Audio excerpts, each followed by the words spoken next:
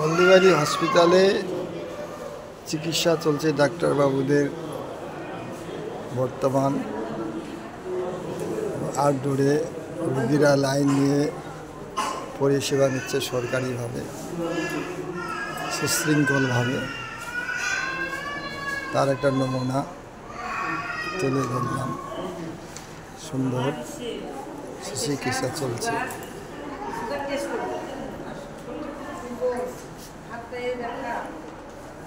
ধন্যবাদ বন্ধুরা, চ্যানেলটাকে লাইক করবেন, কমেন্ট করবেন এবং সাবস্ক্রাইব করবেন, ফলো করবেন। নতুন বন্ধুদেরকে এটা দেখার জন্য অশেষ অশেষ ধন্যবাদ। নমস্কার।